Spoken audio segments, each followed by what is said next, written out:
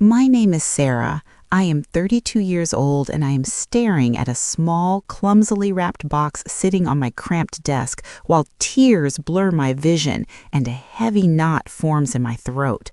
Just 1 year ago, I was sitting in a corner office wearing expensive suits, and I cruelly mocked the poor cleaner who scrubbed the floors I walked on, tearing her down in front of everyone just to feel powerful. Now, holding this tiny gift she somehow managed to leave for me after everything I did to her, my chest aches with a shame so deep it feels like I cannot breathe. I am opening the worn paper slowly, my hands shaking violently, realizing that the universe has a very strange way of teaching us what truly matters. To understand how I ended up crying over a little cardboard box, I need to take you back to a time when I thought I owned the world. I was the senior marketing director at a top advertising firm in downtown Chicago. I lived in a luxury apartment and believed my bank account was a direct measure of my human worth. I was incredibly arrogant, blind to the daily struggles of ordinary people, and convinced that anyone who worked a manual labor job was simply lazy. My best friend, Jessica, a 33-year-old woman with a much kinder heart, constantly warned me about my terrible attitude. She told me karma always collects its debts, but I just laughed. That was the environment where I first noticed Linda, a 58-year-old woman who worked on the night cleaning crew. Linda was quiet, with graying hair pulled into a tight bun and hands rough from harsh chemicals. She wore a faded blue uniform that was too big for her. I hated that she was there while I worked late. I never acknowledged her existence unless she was physically in my way. The day I ruined everything started off terribly. We had just lost a major multi-million-dollar account. My boss, Mark, a 45-year-old man who cared only about profit margins, had screamed at me in front of the entire boardroom, threatening to give my accounts to a junior director. I walked out deeply humiliated, intensely angry, and desperate for control. I stormed back to my office, a ticking bomb. Unfortunately, Linda happened to cross my destructive path. It was past 6 and the floor was mostly empty. I walked out holding a full cup of hot coffee, completely distracted by my phone. I turned the corner sharply and crashed right into Linda, who was pulling her heavy cleaning cart. The dark coffee spilled all over my expensive white silk blouse. It was entirely my fault, but the moment I felt the hot liquid, something ugly inside me snapped. I looked at Linda, who was already apologizing profusely, her voice shaking with palpable fear. She reached out with a clean towel, but I slapped her hand away with a vicious force. I did not just yell at her, I completely destroyed her. I stood in the hallway and raised my voice so everyone remaining could hear. I called her stupid, clumsy, and utterly worthless. I pointed at my ruined blouse and screamed that it cost more than she made in a month scrubbing our toilets. Linda just stood there, her worn hands trembling, her eyes rapidly filling with tears. She kept whispering that she was so sorry, but her desperate apologies only fueled my cruelty. I told her she was an uneducated loser who would never amount to anything more than a human mop. Jessica ran out of her office, grabbed my arm, and dragged me away, looking at me with unfiltered disgust. She told me I had crossed a massive line, that what I did was monstrous. I viciously defended my actions, claiming the cleaning staff needed to learn their place. I felt a twisted, dark sense of satisfaction. I went home that night feeling completely justified, not realizing I had just cursed my own life in the most irreversible way possible. The universe did not wait long to teach me a brutal lesson. Over the next few months, my perfect life unraveled at a terrifying pace. The immense stress made me reckless at work. I started making huge mistakes and missing critical deadlines. My career was falling apart completely. Mark called me into his spacious office on a rainy Tuesday morning and fired me on the spot, saying my toxic attitude was destroying department morale. I laughed in his face, confident my impressive resume would easily land me another executive position. I had absolutely no idea how wrong I was. Months went by without a single interview. My substantial savings drained rapidly because I stubbornly refused to change my lavish lifestyle. My fiancé, David, a 35-year-old investment banker, grew incredibly tired of my constant complaints and bitter denial. One evening, he packed his bags and told me he could not marry someone so deeply angry and financially irresponsible. He walked out the door, and suddenly I was completely alone. The bank foreclosed on my apartment and my car was repossessed. I was forced to move into a tiny, rundown studio apartment in a bad neighborhood. The silence of my new reality was absolutely deafening. I spent my days sitting on a cheap mattress on the floor, staring blankly at the peeling yellow paint. I had lost everything that I thought mattered. Jessica was the only person who still checked on me. During one of her visits, I broke down crying hysterically. She held my hand tightly and gently reminded me of the day I screamed at Linda, forcing me to face the truth. She told me true wealth is not what you have in the bank, but how you treat people when you have nothing to gain from them. Her words pierced my heart. Desperation finally forced me to swallow my massive pride.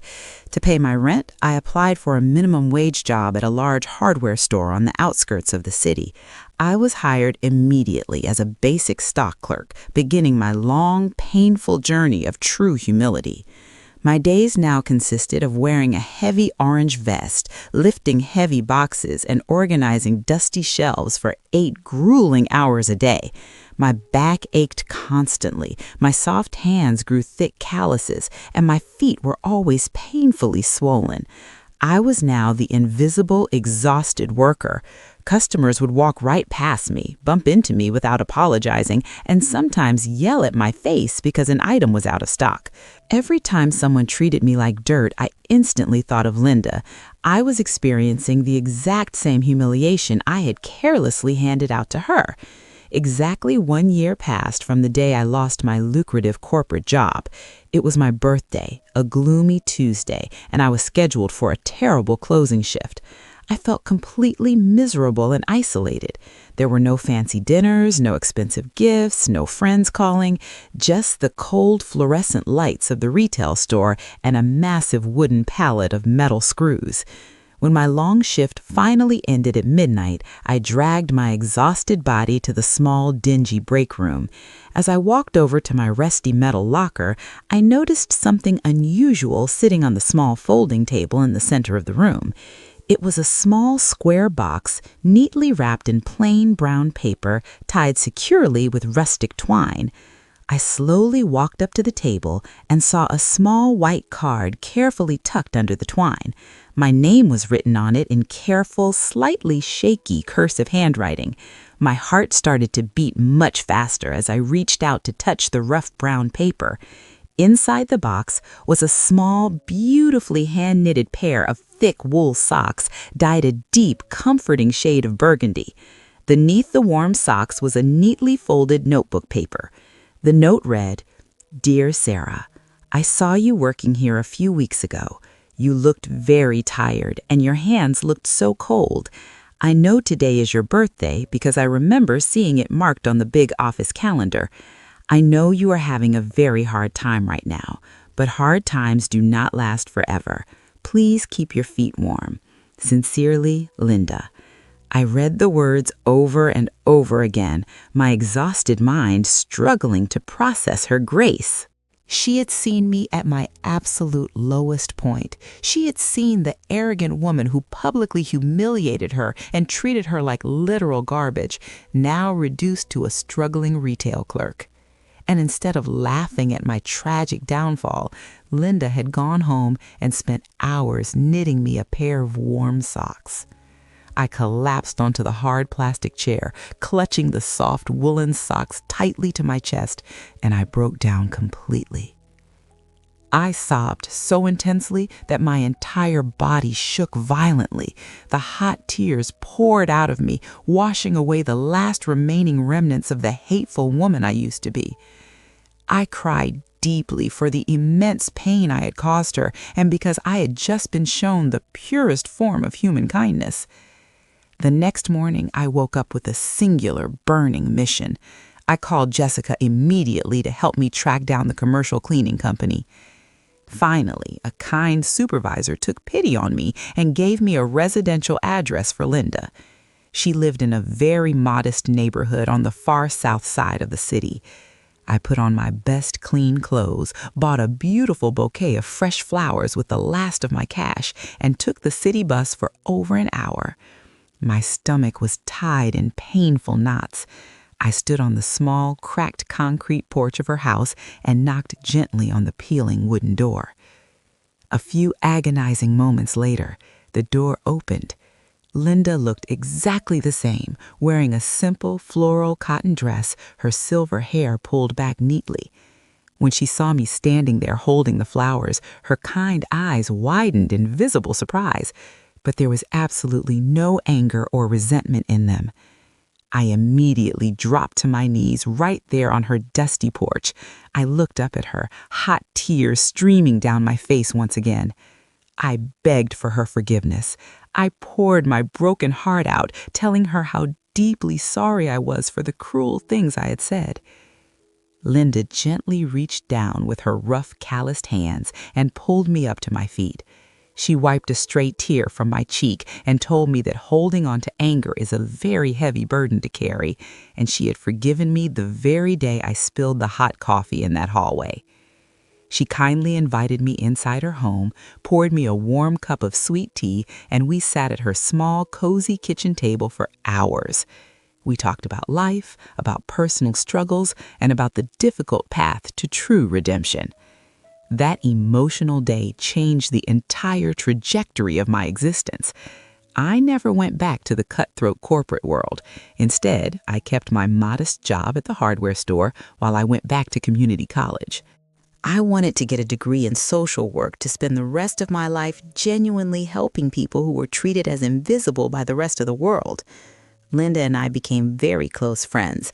I visit her every single Sunday afternoon, and we sit comfortably on her porch, knitting together in peaceful, comfortable silence.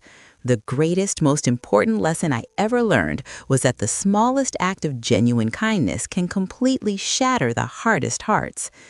A simple pair of knitted socks from a woman I terribly wronged taught me more about basic humanity than all my years of expensive education and corporate success combined. True power is not about how many people you can look down on from a high office, but how many people you can patiently lift up when they are broken and lost. I look back at the bitter, angry woman I was just a year ago, and I barely recognize her reflection in the mirror. My heart is finally full, and my feet are always warm. I learned that redemption is possible if you are willing to let go of your pride and embrace the beautiful vulnerability of being human. Would you have the incredible strength to forgive someone who publicly humiliated you and offer them warmth when they were completely alone in the cold? Until the next story.